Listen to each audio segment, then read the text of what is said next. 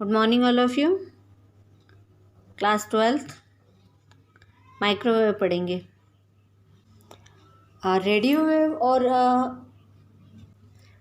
और लेज़र के बीच में जो होता है वो होती है इंफ्रारेड किरणें, इंफ्रारेड रे, ठीक है ना। वो यूज़ होती है माइक्रोवेव में। अब microwave signals are use to transmit data instead of cable which are similar to radio and television signals and are use to long distance communication. Long distance communication के लिए इसको यूज़ कर सकते हैं। और माइक्रोवेव सिग्नल्स डेटा को transmit करने के लिए हम यूज़ करते हैं। इसमें केबल का ज़्यादा यूज़ नहीं होता है, ठीक है। Microwave transmission consist of transmitter, receiver and atmosphere, ठीक है। जो भी हम इंस्ट्रक्शन देते हैं तो वो उसको रिसीव करता है और उसके अकॉर्डिंग वर्क करता है। जो ट्रांसमिशन होता है उसमें क्या होता है कि ट्रांसमीटर, रिसीवर और एटमॉस्फेयर होता है। और transmission is also known as the line of sight transmission, ठीक है। Transmit station must be in visible contact with receive station. मतलब जब हम कोई भी इंस्ट्रक्शन दे रहे हैं तो ये कहलाता है ट्रांसमिट स्टेशन। और जब हम उस जैसे इंस्ट्रक्शन दे रहे हैं माइक्रोवेव को कि कोई भी खाना गर्म कर दे या गर्म पानी कर दे या कोई भी वर्क करे, तो हम उसको टाइम सेशन देते हैं कि उसको 5 मिनट में, 10 मिनट में या फिर 2 मिनट में रखना है। तो ये कहलाता है कि उसको हमने इंस्ट्रक्शन दी और वो उसको फॉलो करता है। जैसे हम पहले देख चुके हैं कि केबल जो है फाइबर ऑप्टिक केबल है, कोएक्सियल केबल है, ट्विस्टेड पेयर केबल है। तो इसमें पूरी केबल आपको असेंबल करनी पड़ती है, सिस्टम से कनेक्ट करनी पड़ती है और उसके बाद में वो प्रॉपर वर्क करता है। लेकिन माइक्रोवेव में क्या होता है कि वो पहले से ही पूरा सिस्टम इंटरनली वर्क करता है और उसमें जो इंफ्रारेड रे रहती है उसके हेल्प से जो खाना है आपका वो गर्म होता है या बनता है। तो उसमें क्या होता है, तो जो इंफ्रारेड रे होती है जो वो खाने को एक मतलब वे में पूरा प्रॉपर एक साथ एक उस पे पार्ट पे देती है।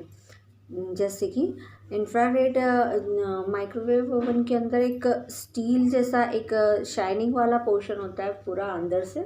तो उसमें क्या होता है, इंफ्रारेड जो रे रहती है वो उससे टकराती है और उसके बाद उसको खाने को गर्म करती है या पकाती है। तो इक्वली वो रे एक साथ पूरे खाने पे पड़ती है। नेक्स्ट है उसमें 100 metre higher tower a distance of 100 kilometre is feasible, यानी कि वो फिजिबल 100 किलोमीटर के अंदर हो सकती है, ठीक है। ट्रांसमीटर रहता है, रिसीवर रहता है और रिपीटेटर रहता है।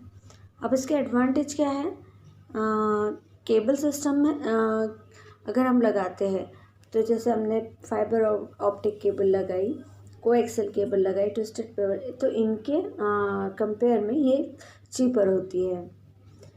हाँ, कम्युनिकेशन में ये ज़्यादा अच्छी होती हैं, ठीक है। और इसकी कॉस्ट भी लो रहती है।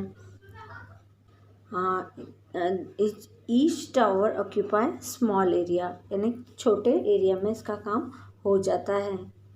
They can carry high quantity of information due to their high operating frequencies. High frequency short wavelength signals require small antennas. मतलब इसकी फ्रीक्वेंसी हाई होती है, लेंथ जो वायर की है वो शॉर्ट होती है और सिग्नल्स जो इसको चाहिए वो स्मॉल एंटीना से भी ऑक्यूपाई कर लेता है, ठीक है।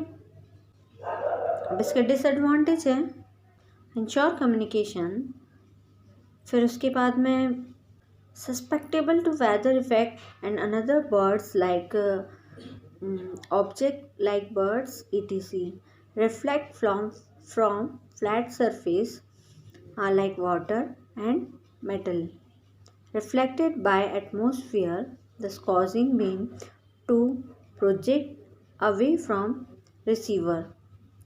The code of design implementation and maintenance is high. अगर किसी भी तरह का ऐसा मौसम ख़राब होता है तो फिर उसमें ये इफ़ेक्ट करता है एटमॉस्फेयर से के कारण। जैसे प्रोजेक्टेड जो भी आपका सेंडर है वो थोड़ा सा दूर है या फिर किसी कारण से मौसम बिगड़ रहा है और रिसीवर रिसीव नहीं कर पा रहा है इंस्ट्रक्शन, तो वो उसका डिसएडवांटेज हो सकता है।